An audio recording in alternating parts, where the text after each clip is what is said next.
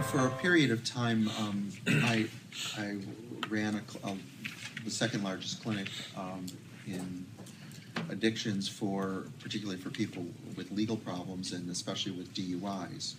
And when I first took over the clinic, we had 350 some cases, and more than 3/4 of them were all pending court action because the people had been given diagnoses, were mandated into treatment, and none of them wanted to be there. And I said, "Good God, I'm going to be burnt out in 6 months. All I'm going to be doing is going in court, going through this, to meeting with the attorneys and trying to sort out where do we stand? Did we do it right? Of course, I've got to defend the clinic, but on the other hand, I've got to understand what do they need." So I decided that I would meet every one of them, and I did meet every one of them. And I met with their therapists, and in the majority of cases, what I found was that the therapists had become case hardened. They were dispositional. They couldn't have cared less, really, most of them. And the bottom line was they weren't doing treatment at all anymore. And I would tell them, if you don't, either we do it this way or you're out.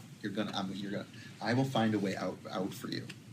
And what I said was, you can't tell them that you're doing this because the director says this, and you need to give them an alternative.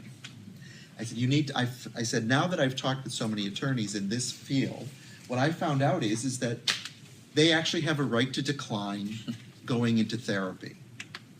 And that if they go without their license, every state's a little different, but if they go, in New York at that time, it was, if they gave up their license for 1 year and they didn't have any other criminal activity and they met the requirements of probation, they could reapply for their driver's license, pay a hefty fee to the courts, and they would be on their way with their life. And some of them really were okay with that.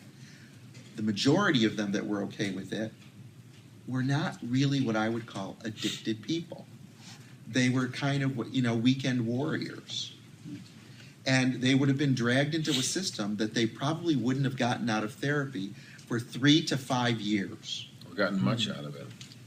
And it would have cost them their jobs through their insurance companies, finding out that they were, even though it's protected by Title 42, and that their confidentiality is there. They work for a small business. The small business pays the insurance company. Everybody the insurance knows. company knows they're getting the reports. They now all know that this person is in treatment for some kind of an addictive process. It's not fair. It's not fair at all.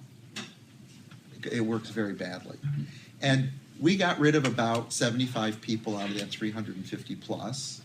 And the rest of them, 85% of them, as a matter of fact, engaged productively in treatment and were out in a year, which would have been the same amount of time. They didn't need to be dragged out into 3 years.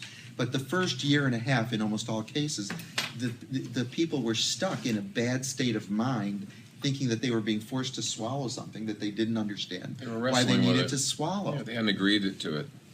There was no agreement. So this is the thing that I think that there's a balancing act that goes on between the legal system and treatment systems that needs to really come together with great understanding on both sides. I needed to know what those attorneys were saying. I needed to know what my staff were saying.